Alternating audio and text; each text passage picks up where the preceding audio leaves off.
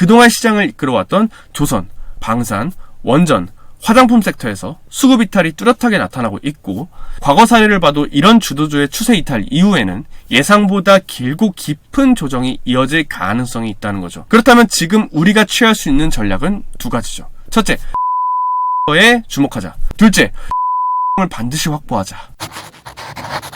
네, 안녕하세요 지투생 여러분. 요즘 시장 보시면서 왜 이렇게 빠지지? 이건 뭐 엔터 말고는 버텨주는 섹터가 없네, 이런 생각 드신 분들 좀 있으실 것 같은데요. 사실 이전 영상들에서도 계속 말씀드렸던 것처럼 지금 시장은 예상한 대로 강한 조정 흐름을 보이고 있죠. 특히 그동안 시장을 주도했던 조선, 방산, 화장품, 전력전기, 원전, 지주사 같은 섹터들의 하락이 지속적으로 나타나고 있고요. 이른바 안티 모멘텀 장세가 펼쳐지고 있죠. 그 중에서도 특히 원전, 체코 원전 수주 관련해서 미국 웨스팅하우스 쪽에 불리한 조건으로 계약을 맺었다는 이슈가 나오면서 생각 이상의 하락이 나왔죠.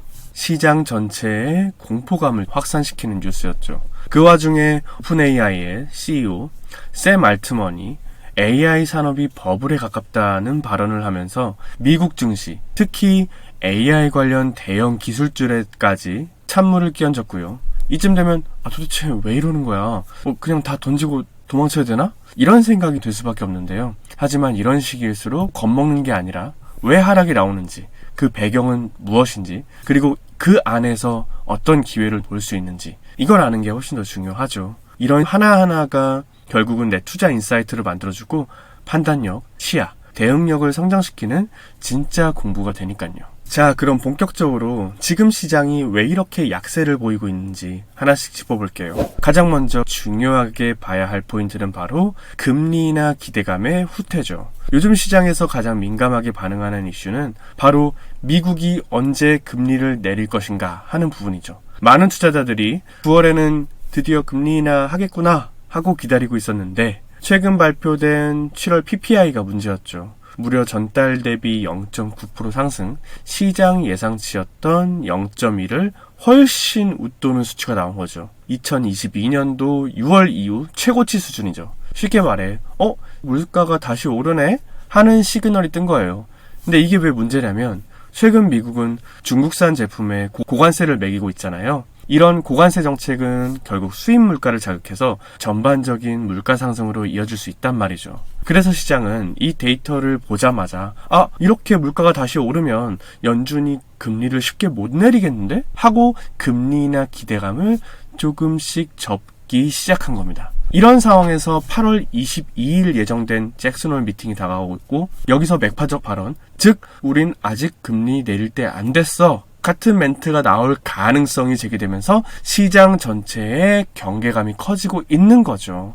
실제로 불과 며칠 전만 해도 9월 금리 인하 확률이 100%였는데 지금은 84.9%로 낮아졌습니다. 언뜻 보면 여전히 높은 수치 같지만, 그런데 금융시장에서는 확정적인 기대가 불확실성으로 바뀌는 순간 투자 심리는 급속도로 위축되게 돼 있어요. 이걸 예를 들면 마치 누군가가 다음 달에 보너스 줄게 라고 했는데 갑자기 상황 봐서 이렇게 말이 바뀌면 당장 돈이 부족해지는 건 아니더라도 소비 심리가 확 꺾이는 거랑 비슷한 거죠. 지금 시장이 딱 그 상황인 거죠. 금리 인하 줄게 했다가 근데 물가가 좀 올라서, 이런 식으로 말이 바뀌니까 시장 전체가 투자에 보수적으로 돌아서는 환경으로 바뀌고 있는 거죠. 두 번째로 지금 시장이 약세를 보이는 이유는 더 이상 유동성을 늘릴 수 없는 한계 상황에 도달했기 때문이죠. 사실 올해 상반기 글로벌 시장이 반등할 수 있었던 배경에는 전 세계적으로 유동성이 빠르게 늘어난 것이 핵심이었던 거죠. 생각해보면 미국, 유럽, 일부 국가들은 고금리 정책에서 살짝 방향을 틀면서 통화 정책을 완화하기 시작했고요. 동시에 각국 정부들은 산업과 민간을 대상으로 돈을 푸는 재정 지출을 확대한 거죠. 게다가 미국은 상반기 내내 부채 한도에 막혀 국채 발행을 거의 못했죠. 이게 무슨 말이냐면, 원래라면 시장의 자금 중 일부는 미국 국채를 사는 데 쓰였어야 했는데 국채 발행을 못했으니 그 돈이 시장에 그대로 풀려 있었던 거예요. 쉽게 말하면 시장에 돈은 계속 들어오고 나가는 건 없었던 상황인 거죠. 그래서 미국을 시작으로 전 세계 증시부터 비트코인 같은 코인 시장까지 모두 쭉쭉 올라올 수 있었던 거죠. 근데 이제 상황이 조금 달라졌죠. 유동성 공급의 중심지인 미국에서 문제가 먼저 발생했기 때문이죠. 먼저 역레포 잔고라는 개념이 있는데요. 이건 연준이 시장에 있는 초과 유동성을 흡수해 놓는 금고 같은 거예요. 쉽게 말해서 돈이 너무 많아지면 일단 이 금고에 잠깐 넣어주자라는 거죠. 21년 이후로 시장의 유동성이 넘치자 연준은 이 역레포 잔고를 쭉쭉 쌓아가면서 시장의 과잉 유동성을 조절해 왔어요. 23년 중반부터는 연준이 그 금고에 쌓아뒀던 돈을 꺼내서 쓰기 시작했는데 지금은 더 꺼낼 돈이 거의 없는 지경까지 온 거죠. 여기에 더해 미국 정부의 주거래 계좌라고 할 수 있는 TGA 잔고 거의 바닥을 드러내고 있습니다. 이건 뭐냐면 정부가 세금으로 거둔 돈이나 국채로 빌린 돈을 실제로 쓰는 계좌라고 보시면 됩니다. 근데 아까 말씀드렸듯이 상반기에는 부채 한도 때문에 국채도 못 팔았고 이 계좌에 돈을 채워넣지도 못한 상황이었던 거죠. 그래서 미국 정부는 이 계좌에 남아있던 돈까지 다 써버리게 된 거죠. 그런데 중요한 전환점이 하나 생겼죠. 7월 초 OBBBA 법안이 통과되면서 미국의 부채 한도가 약 5조 달러 늘어나게 됐죠. 이제는 국채를 다시 발행해서 돈을 빌릴 수 있게 된 상황이 된 거죠. 그래서 미국 재무부는 그동안 못 팔았던 국채 수요까지 한꺼번에 반영해서 3분기에만 약 1조 달러 규모의 국채를 발행할 계획이고 4분기에도 또 1조 달러가 추가로 발행될 예정입니다. 이게 어느 정도 규모냐면 현재 미국 통화량이 약 22조 달러인데 3분기 국채 발행만으로도 전체 통화량의 4.5%를 시장에서 흡수하겠다는 거예요. 이건 무슨 말이냐면 시장에서 돈을 다시 빼가겠다는 시그널인 거죠. 결론적으로 역레포 잔고도 재무부 잔고도 바닥, 거기에 대규모 국채 발행으로 시장 유동성은 거꾸로 줄어들 가능성이 높아졌습니다.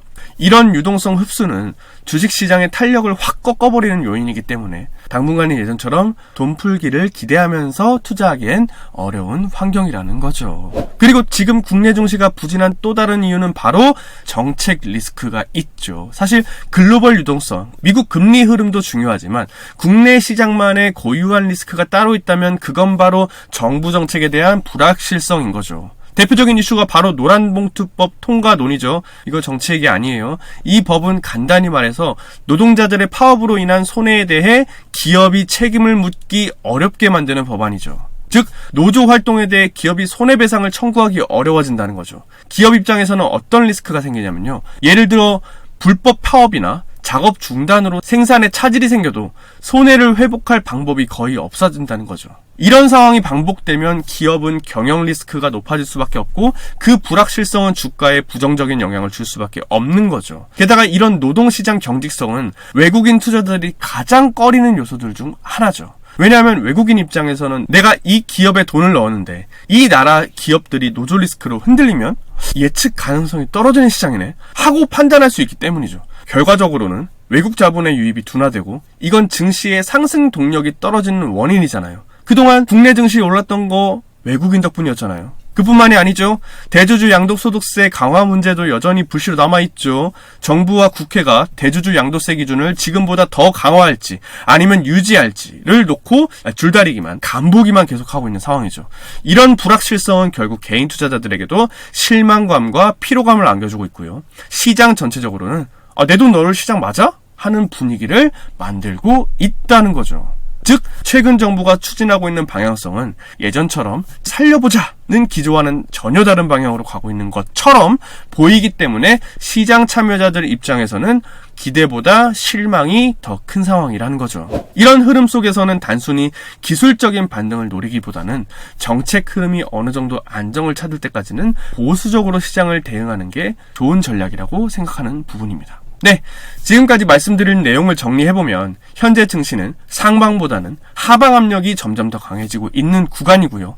이미 말씀드렸듯이 그동안 시장을 이끌어왔던 조선, 방산, 원전, 화장품 섹터에서 수급 이탈이 뚜렷하게 나타나고 있고 과거 사례를 봐도 이런 주도주의 추세 이탈 이후에는 예상보다 길고 깊은 조정이 이어질 가능성이 있다는 거죠. 그렇다면 지금 우리가 취할 수 있는 전략은 두 가지죠. 첫째, 견조한 섹터에 주목하자. 지수가 하락해도 추세를 지키는 섹터, 혹은 장중에 밀렸다가 종가에는 보합 수준까지 회복하는 종목들이 있습니다. 이런 종목은 하락 중에도 저가 매수세가 꾸준히 들어오고 있다는 증거겠죠. 결국 반등이 올 때 가장 먼저 가장 강하게 살아날 가능성이 높은 섹터들이죠. 저는 이런 관점에서 엔터랑 콘텐츠 IP 관련 섹터에 주목하고 있죠. 지금은 테마보다는 수급 탄력과 회복력을 봐야 할 때죠. 둘째, 현금 비중을 반드시 확보하자. 현재와 같은 시장에서는 투자 심리가 극도로 위축돼 있어서 수급이 지속되지도 않고 주가의 탄력성도 점점 떨어지고 있죠. 이럴 때는 무리해서 진입하기보다는 현금 비중을 최소 50% 이상 확보하는 걸 추천드립니다. 왜냐하면 시장은 언젠가 과도한 투매 구간을 만들게 돼 있고 그때가 진짜 기회의 순간인 적이 여러 번 있었죠. 현금이 없으면 아무리 좋은 기회가 와도 잡을 수가 없잖아요. 24년 8월의 흐름을 한번 떠올려 보세요. 그때 현금이 있었다면 어떤 선택이 가능했는지요. 마지막으로 드리고 싶은 말씀은 이거예요. 이 시기를 그냥 흘려보내지 마세요. 지금은 오히려 공부하고 이걸 견디면서 매력적인 밸류에 도달할 종목을 천천히 찾고 분할로 담아갈 시간으로 삼는 게 베스트입니다. 시장은 언제나 준비된 사람에게 기회를 주죠. 우리는 지금 대응하고 인사이트로 견디고 현명한 투자자가 되어가는 중이죠. 이런 공포 속에서 단단한 기준과 실력이 만들어진다는 거 잊지 마시길 바랍니다. 제가 채널을 개설한 직후인 2달 전 본인 모습과 지금 모습을 비교해보세요. 우리는 성장하고 있습니다. 오늘도 영상이 유익하셨다면 좋아요, 구독, 알림 설정까지 부탁드립니다. 저는 다음 영상에서 뵙겠습니다. 안녕!